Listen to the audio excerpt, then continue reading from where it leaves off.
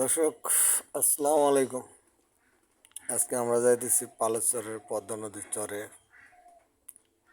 তো কিছু জমিতে ধান করছিলাম, দেখার জন্য যাইতেছি। আর আরেকটা জমি রাখছিলাম, ওইখানেও গেতেছি যে ওইখানে কি পরিস্থিতি। কিছু জায়গায় ধান লাগামো, তার জন্য আমরা রওনা হয়েছি। তো আশা করি সবারই পদ্মা নদী দেখতে ভালো লাগে, নৌকায় চলতেও ভালো লাগে, দেখার মতো মনোরম পরিবেশ। আশা করি সবাই মনোযোগ দিয়ে দেখবেন। মাঝে মধ্যে একটা সাবস্ক্রাইব করে দিয়ে, লাইক সাবস্ক্রাইব না করলে ভিডিও করতে ভালো লাগে না। তো আমরা পদ্মা পেরিয়ে আসছি, এখন আমরা জমিতে